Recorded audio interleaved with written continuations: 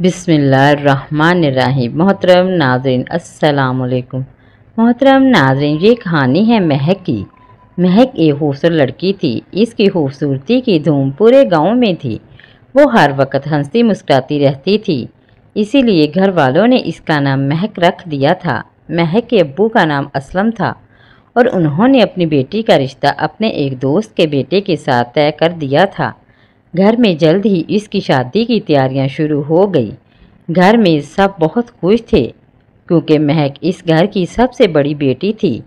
इसलिए सब इसकी शादी की तैयारियां बड़े जोशो खरोश से कर रहे थे। जिस लड़के से महक का रिश्ता तय हुआ था, इसे अभी तक महक ने देखा भी नहीं था और वो इन लोगों के बारे में ज़्यादा जानती भी नहीं थी क्योंकि इसके माँ बाप ने ये रिश्ता तय किया था।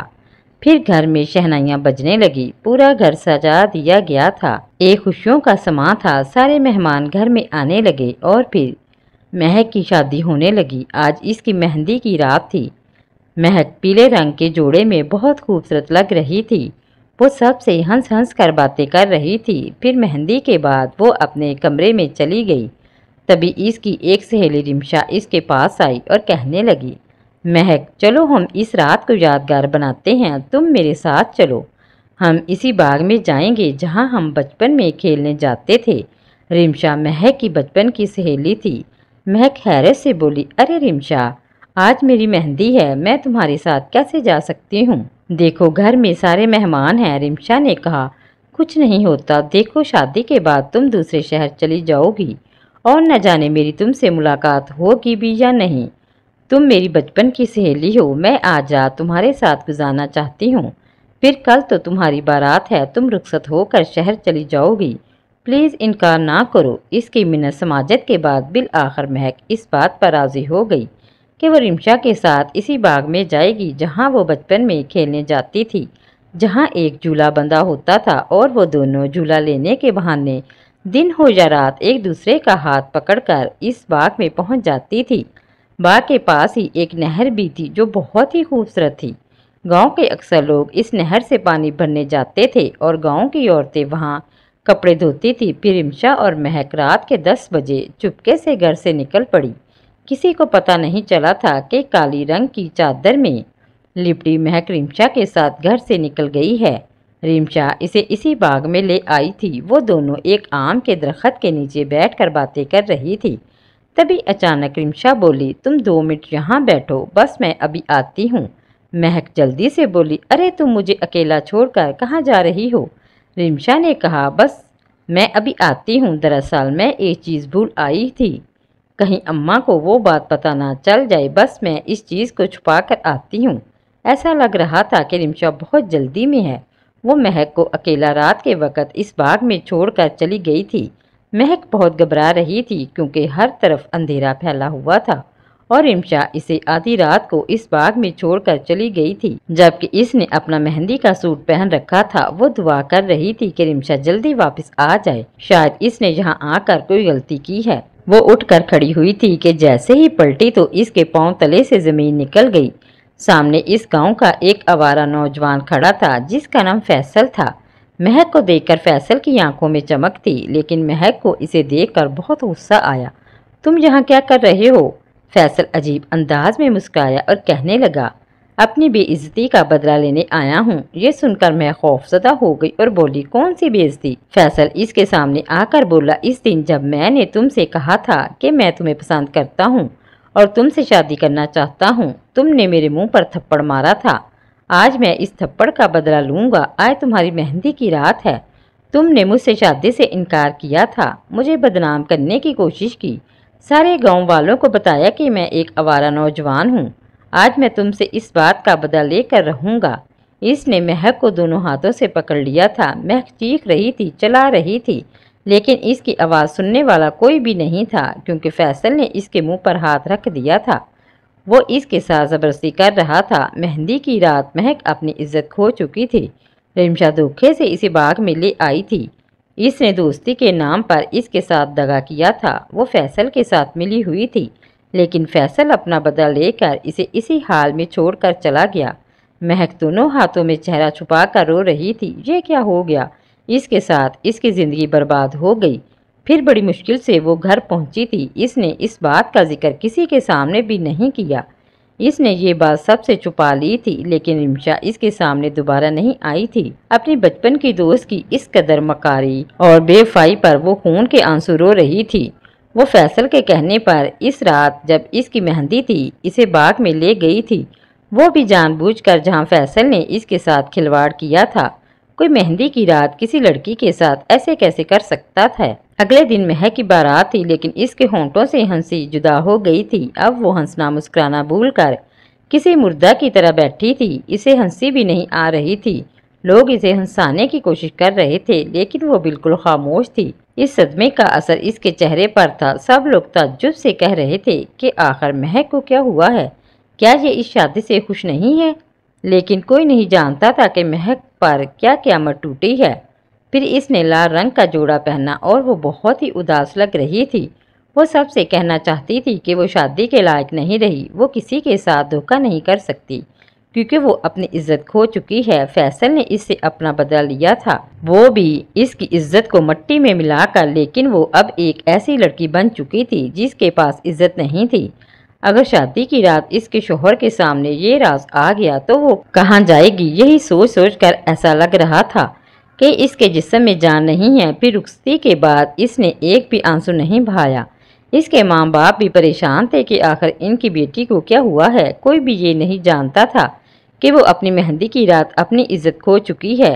घर वालों से छुपकर अपनी सहेली के कहने पर वो इसके साथ बाग में चली गई थी, लेकिन इस मासूम को नहीं पता था कि वो एक साजिश का हिस्सा बन चुकी है और इस साजिश के नतीजे में महक की जिंदगी बर्बाद हो गई थी। बिल आखिर वो रुखसत होकर दूसरे शहर चली आई, जहां इसका निकाह उस्मान के साथ हो गया था। उस्मान इसका शौहर था। उस्मान जैसे ही कमरे में आया, महक बहुत ज़्यादा डर रही थी। वो सोच रही थी कि आज इसका वो राज सामने आ जाएगा जिसके बारे में इसने किसी को भी नहीं बताया। उस्मान कमरे में आया। इसने दुल्हन बनी महक को देखा, जो सर झुकाए बैठी थी और बहुत ही खूबसूरत लग रही थी। लेकिन उस्मान के चेहरे पर परेशानी थी। ऐसा लगता था कि वो किसी बात से परेशान है। फिर वो महक के सामने बैठा और इससे कहने लगा, महक, मुझे माफ़ कर देना, मैं इस शादी से राज़ी नहीं था, लेकिन घर वालों ने मेरी शादी ज़बरदस्ती कर दी। ये सुनकर महक हैरान रह गई। फिर उस्मान शर्मिंदगी से कहने लगा, दरअसल मैं इस लायक नहीं कि शादी कर सकूं, मैं एक नामर्द हूँ। ये सुनकर महक के पांव तले से ज़मीन निकल गई थी। वो हैरत से उस्मान को देख रही थी। कुदरत ने खुद ही इसके लिए आसानी कर दी थी। जब उस्मान ने इसे बताया कि वो एक नामर्द है और शादी करने के लायक नहीं, लेकिन घर वालों ने ज़बरदस्ती इसकी शादी कर दी क्योंकि घर वाले इसका राज नहीं जानते थे। इसने महक के सामने हाथ जोड़ दिए थे और इससे कहने लगा, मुझे यकीन है कि तुम भी मेरी इज्जत रखोगी और मेरा ये राज कभी किसी के सामने नहीं खोलोगी। महक ने इससे वादा कर लिया था, क्योंकि वो जानती थी कि एक राज वो भी छुपा कर बैठी है। अगर इस बात का पता उस्मान को चल जाता तो उस्मान शादी की रात ही इसे तलाक दे देता। शुक्र है कि खुदा ने इसका राज रख लिया था। इसकी इज्जत यहीं पर छुपी रही। उस्मान ने इसकी इज्जत रखी तो इसने उस्मान की इज्जत रखने का वादा कर लिया था। उस्मान एक नामर्द था। इसने ये बात किसी को भी नहीं बताई थी, लेकिन वो नहीं जानती थी कि आने वाले दिनों में इसके साथ क्या होने वाला है। फिर यूं ही दिन गुजरते रहे। एक बार वो उस्मान के साथ अपने घर वालों से भी मिलकर आ गई थी, लेकिन इसके दिल में कोई खुशी नहीं थी। जैसे आमतौर पर शादी के बाद लड़कियां सजती हैं संवरती हैं, इसे ऐसा कोई शौक नहीं था। उस्मान के घर वाले भी इससे कहते कि वो तैयार होकर रहा करे। उस्मान की बहनों को अपनी ये खूबसूरत सी भाभी बहुत अच्छी लगती थी, जो हर वक्त खामोश रहती थी। उस्मान की माँ का नाम फातिमा था, लेकिन फातिमा एक सख्त मिजाज की औरत थी। इसने देखा कि महक हर वक्त खामोश रहती है, कमरे में पड़ी रहती है। फिर एक दिन वो आकर इससे कहने लगी, तुम्हारी शादी को 1 हफ्ता हो गया है, अब घर के काम काज शुरू करो। मेरी बेटियां अभी छोटी हैं, वो घर के काम नहीं कर सकती। महक ने इसके सामने सर झुका लिया और कहने लगी, जी अम्मा, जैसा आप कहें, मैं घर का सारा काम करूंगी, क्योंकि मुझे सारा काम करना आता है। फातिमा ये सुनकर हैरान रह गई। वो समझ रही थी कि महक एक नखरे वाली लड़की है, वो इस बात से इनकार करेगी, लेकिन इसके चेहरे पर बला की खामोशी थी। ऐसा लगता था कि इसके वजूद में एक गहरा राज छुपा हुआ है। अब महक खामोशी से घर का कामकाज करती रहती थी। वो ज्यादा किसी से बात भी नहीं करती थी, क्योंकि इस पर जो क़यामत गुजर गई थी इसका जिक्र वो किसी से भी नहीं करना चाहती थी। इसकी सास फातिमा इससे बहुत खुश थी कि इसे बहुत अच्छी बहू मिल गई है, जबकि उस्मान भी खुश था कि महक ने इसका राज छुपा लिया है। इसकी सच्चाई दुनिया वालों के सामने आती तो शायद वो किसी को मुंह दिखाने के काबिल ना रहता। फिर दिन यूं ही गुजरने लगे। इसकी शादी को 1 माह गुजर गया था। एक दिन उस्मान दफ्तर से घर आया और वो जल्दी जल्दी बैग पैक कर रहा था। महक इसे देखकर हैरान थी। वो इससे कहने लगी, तुम कहाँ जा रहे हो? उस्मान ने इसे कहा, मेरे एक दोस्त का एक्सीडेंट हो गया है, मुझे दूसरे शहर जाना है। ये सुनकर महक हैरान रह गई थी कि वो दूसरे शहर जा रहा है, इसे यहाँ अकेला छोड़कर। लेकिन महक ने इसे कुछ भी ना कहा। उस्मान अपने दोस्त के पास चला गया था, जबकि वो खामोशी से घर के कामकाज करती रहती। इसके साथ जो भी हुआ था, इस वाक़या ने इसके जहन पर गहरा असर छोड़ा था। फिर एक दिन अचानक इसकी तबीयत ख़राब हो गई। इसे मुसलसल उल्टियाँ आ रही थी। वो बीमार होकर बिस्तर पर जा गिरी थी। इसकी सास फातिमा इसे देखकर परेशान हो गई। वो महक से कहने लगी, आखिर तुम्हें क्या हुआ है? तुम्हारी इतनी तबीयत क्यों ख़राब है? चलो तुम मेरे साथ, मैं तुम्हें डॉक्टर के पास लेकर चलती हूँ। लेकिन महक डॉक्टर के पास जाना नहीं चाहती थी, इसलिए इसने साफ इनकार कर दिया। लेकिन अगले दिन जब महक की हालत ज़्यादा ख़राब हो गई तो फातिमा इसे अपने साथ डॉक्टर के पास ले गई। डॉक्टर एक औरत थी। वो महक को गौर से देखने लगी। फिर फातिमा से कहने लगी, तुम्हारी बहू हामला है, ये माँ बनने वाली है। फातिमा ये सुनकर हैरान रह गई, क्योंकि उस्मान और महक की शादी को अभी सिर्फ 1 माह ही हुआ था। डॉक्टर फातिमा की हैरानी देखकर कहने लगी, तुम्हारी बहू की शादी को कितना अरसा हो गया है? फातिमा ने कहा, अभी मेरे बेटे की शादी को सिर्फ 1 माह हुआ है। डॉक्टर ने इसे कहा, ये तो खुशी की बात है कि तुम्हारी बहू माँ बनने वाली है। फातिमा भी बहुत खुश थी। वो खुशी खुशी महक को लेकर घर आ गई।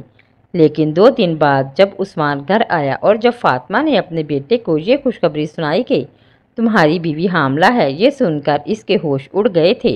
वो उससे बड़ी निगाहों से महक की तरफ देख रहा था। वो फातिमा से तो कुछ ना कह सका, लेकिन कमरे में आते ही वो महक की तरफ नफरत से देखते हुए कहने लगा, तुमने मेरे साथ ऐसा क्यों किया?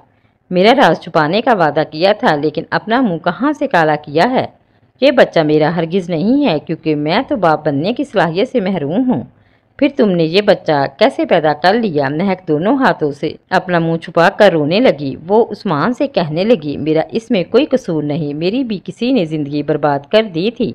उस्मान इसे गुस्से से कहने लगा, फिर तुमने शादी क्यों की? ये बच्चा मेरा हरगिज़ नहीं है, मैं इसे कबूल नहीं करूँगा। मैं दुनिया वालों के सामने अपनी सच्चाई नहीं लाना चाहता। तुमने इसका फ़ायदा उठाया है। तुम एक गुनाहगार लड़की हो। वो महक को खूब जलील कर रहा था, इसे बातें सुना रहा था और खामोशी से घर से बाहर चला गया। पीछे महक घुटनों में मुंह छुपाकर रोए चली जा रही थी। इसे अपनी मेहंदी की वो रात याद आई जब फैसल ने इस पर जुल्म किया था और इसकी बचपन की सहेली रिमशा ने इसके साथ धोखा किया था। इसकी वजह से आज इसे ये सब भुगतना पड़ रहा था। अब उस्मान इससे बात भी नहीं करता था। वो महक को एक बदकिरदार लड़की समझ रहा था, लेकिन महक को ये गम अंदर ही अंदर खाई जा रहा था कि एक ऐसा वजूद इसके अंदर पल रहा है जो कि नाजायज़ है। दोनों मियाँ बीवी एक कमरे में रहते थे, लेकिन एक दूसरे पे बात भी नहीं करते थे। लेकिन घर वाले यही समझते थे कि ये बच्चा उस्मान का है। वो उस्मान की हकीकत नहीं जानते थे कि वो बाप बनने की सलाहियत से महरूम है। फिर एक दिन उस्मान महक से कहने लगा, मेरे दोस्त की हालत बहुत ख़राब है, वो अस्पताल में दाखिल है, तुम भी मेरे साथ चलो। महक इसके कहने पर अस्पताल चली आई थी। इसके चेहरे पर थकान थी, लेकिन जैसे ही इसकी नज़र बिस्तर पर लेटे इस शख्स पर पड़ी तो इसने नफरत से मुंह फेर लिया था। वो कोई और नहीं बल्कि फैसल था। फैसल ने भी महक को पहचान लिया था। वो सोच भी नहीं सकती थी कि उस्मान का दोस्त फैसल होगा जिसने इसकी ज़िंदगी बर्बाद की थी। वो मेहंदी की रात अपनी इज्जत से हाथ धो बैठी थी, सिर्फ और सिर्फ इस इंसान की वजह से, और आज वो अस्पताल के बिस्तर पर लेटा हुआ था। फिर उस्मान ने इसे बताया कि फैसल अपनी दोनों टांगों से माजूर हो गया है, क्योंकि इसका बहुत ख़तरनाक एक्सीडेंट हुआ था। फैसल ने भी महक को पहचान लिया था। अब वो नज़रें झुकाए ज़मीन को देखे जा रहा था, लेकिन महक वहाँ एक लम्हे भी नहीं रुकना चाहती थी। फिर वो उस्मान के साथ वापस घर आ गई। घर आते ही इसने कमरे में फूट फूट कर रोना शुरू कर दिया था। उस्मान कमरे में आया तो महक को रोते हुए देखकर वो परेशान हो गया। मैं पूछ सकता हूँ कि तुम क्यों रो रही हो? वो हैरान हुआ था, लेकिन महक ने इसे कुछ भी नहीं बताया। वो नहीं बताना चाहती थी कि उस्मान का दोस्त इसकी इज्जत का लुटेरा है, जिसने मेहंदी की रात इसकी इज्जत पर हाथ डाला था। फिर एक दिन महक की तबीयत ख़राब हो गई। उस्मान घर से बाहर था। इसके घर वाले ही इसे लेकर अस्पताल गए थे, जहां महक ने एक खूबसूरत से बेटे को जन्म दिया। लेकिन इस बेटे को देखकर इसकी आंखों में कोई खुशी की चमक नहीं थी, बल्कि वो पथरीली निगाहों से इसके वजूद को देख रही थी। जब फातिमा ने अपने बेटे को ये खुशखबरी सुनाई कि वो एक बेटे का बाप बन गया है, तो उस्मान के चेहरे पर कोई खुशी नहीं थी, क्योंकि वो जानता था कि ये बच्चा इसका नहीं है। वो इस बच्चे से बहुत नफरत महसूस कर रहा था, लेकिन महक सोच रही थी कि अगर इसका राज दुनिया के सामने आ जाता तो वो कहीं मुंह दिखाने के काबिल नहीं रहती। अब वो इस बच्चे को पाल रही थी, सारे घर वाले इसे प्यार करते थे, लेकिन उस्मान की आंखों में इसके लिए नफरत थी। वो इस बच्चे से बहुत नफरत महसूस करता था, क्योंकि वो बच्चा इसका नहीं था, बल्कि वो महक का गुनाह था, जबकि महक भी गुनाहगार नहीं थी। फिर आहिस्ता आहिस्ता वो बच्चा बड़ा होने लगा, लेकिन फातिमा ने महसूस कर लिया था कि उस्मान इस बच्चे को ना तो गोद में लेता है और ना ही प्यार करता है। फिर एक दिन वो उस्मान से कहने लगी, बेटा, तुम अपनी औलाद से वो मोहब्बत नहीं करते जो तुम्हारा बाप तुमसे करता है। मुझे ये देखकर बहुत तकलीफ महसूस होती है। आखिर इसकी क्या वजह है? उस्मान ने इसे एक लफ्ज़ भी ना कहा और खामोशी से वहाँ से चला गया, क्योंकि अगर वो महक का राज अपनी माँ को बताता तो शायद महक भी इसका राज इसी की माँ को बता देती। इसलिए इसने खामोशी इख्तियार किए रखी। फिर एक दिन वो महक से कहने लगा कि आज मेरे दोस्त फैसल का इंतकाल हो गया है। ये सुनकर महक की आंखें फटी की फटी रह गई थी। फिर वो कहने लगा, लेकिन मरते वक्त इसने मुझसे एक अजीब बात कही। वो कह रहा था कि अपनी बीवी महक से कहना कि मुझे माफ़ कर दे। आखिर इसने ऐसा क्या किया था, मुझे भी तो बताओ। लेकिन महक ने इसे एक लफ्ज़ भी ना कहा। वो मर चुका था और इसकी बुराई वो उस्मान के सामने नहीं करना चाहती थी। फिर वो आहिस्ता आहिस्ता इसका बेटा अयान बड़ा हो रहा था। वो अब स्कूल जाने लगा था। एक दिन वो अपनी स्कूल की कॉपी उठाकर उस्मान के पास आया और कहने लगा, देखो अब्बू जान, मुझे टीचर ने स्टार दिया है। लेकिन उस्मान ने वो कॉपी ज़मीन पर फेंक दी थी और खामोशी से उठकर घर से बाहर चला गया। फातिमा ने भी इसका रवैया नोट किया था, जबकि महक की आंखों में आंसू थे। रात को फातिमा उस्मान से कहने लगी, तुमने बच्चे के साथ ऐसा क्यों किया? वो तुम्हारी ही औलाद है। उस्मान चलाते हुए कहने लगा, वो मेरी औलाद नहीं है, मैं इससे नफरत करता हूँ। ये सुनकर फातिमा समेत सारे घर वाले हैरान रह गए। फिर वो महक से कहने लगे, उस्मान अपनी औलाद से मोहब्बत क्यों नहीं करता? क्या ये इसका बेटा नहीं है? इसकी आंखों में हैरत थी। तो महक कहने लगी, नहीं, ये उस्मान की ही औलाद है। इतना कहकर इसने अपने बेटे अयान को गोद में लिया और कमरे के अंदर चली आई, और कमरे में आते ही इसने रोना शुरू कर दिया। रात को उस्मान कमरे में आया तो महक इससे कहने लगी, आप सब के सामने मेरे बेटे को जलील ना किया करें। वो एक मासूम बच्चा है, जो भी हुआ है इसमें इसका कोई कसूर नहीं। फिर उस्मान ने इसे नफरत से देखा और कहने लगा, लेकिन मुझे भी तो पता चले कि आखिर वो किसकी औलाद है। तुम जानती हो कि मैं एक नामर्द हूँ, मैं बाप बनने की सलाहियत से महरूम हूँ। तुमने अपना गुनाह मेरे साथ डाला है। महक रोते हुए कहने लगी, ये मेरा गुनाह नहीं है, बल्कि मेरे साथ भी किसी ने ज्यादती की थी। वो इस रात का राज है जिसने मेरी ज़िंदगी बर्बाद कर दी थी, लेकिन शायद हमारी किस्मत में ऐसे ही मिलना लिखा था। आपको यकीन नहीं आएगा उस्मान कि इस दिन मेरी मेहंदी थी, जब आपके दोस्त फैसल ने मेरी इज्जत पर हाथ डाला था। इसने ही मेरी इज्जत ख़राब की थी। ये सुनकर उस्मान को यकीन नहीं आया। वो महक से कहने लगा, ऐसे कैसे हो सकता है? फैसल ऐसा नहीं था। तो महक रोते हुए कहने लगी, वो हमारे गांव का ही था और गांव में रहने वाली एक औरत का भांजा था। अक्सर वो हमारे गांव आता था। एक दिन गली के नुक्कड़ पर इसने मुझसे मोहब्बत का इजहार किया, लेकिन मैंने इसके मुंह पर थप्पड़ दे मारा। इस बात का बदला इसने इस तरह लिया कि मेरी दोस्त रिमशा के साथ मिलकर इसने मेरी मेहंदी की रात को मुझे खेतों में बुलवाया और मेरी इज्जत ख़राब कर दी। फिर मैं कहीं मुँह दिखाने के काबिल नहीं रहती, लेकिन आपसे मेरी शादी हो गई। मैंने ये राज आपको आज तक नहीं बताया था, लेकिन मैं नहीं जानती थी कि वो आपका दोस्त होगा। अब वो इस दुनिया में नहीं रहा, इसलिए मैंने ये बात आपके सामने कभी नहीं की। ये इसी का गुनाह है और किसी का नहीं, और इसमें मेरा कोई कसूर नहीं था। उस्मान ये सुनकर शर्म से पानी पानी हो गया। वो महक को गुनाहगार समझता था, लेकिन गुनाहगार तो फैसल था जिसने महक की ज़िंदगी बर्बाद की थी। फिर उस्मान ने महक से माफ़ी मांगी और अपने बेटे अयान को गले लगा लिया। अब महक की ज़िंदगी अच्छी हो गई थी, क्योंकि उस्मान ने इसे अपनी ज़िंदगी में कबूल कर लिया था। इसे सच्चाई का इल्म हो गया था। मेहंदी की रात महक की इज्जत पर हाथ डालने वाला अपने इबरतनाक अंजाम को पहुंच गया। मोहतरम नाज़रीन, ये थी हमारी आज की वीडियो। अगर वीडियो अच्छी लगी हो तो लाइक एंड शेयर कीजिए, और मज़ीद ऐसी वीडियो के लिए मेरा चैनल सब्सक्राइब करें और बेल आइकन को प्रेस करके ऑल का नोटिफिकेशन ऑन कर लें। शुक्रिया।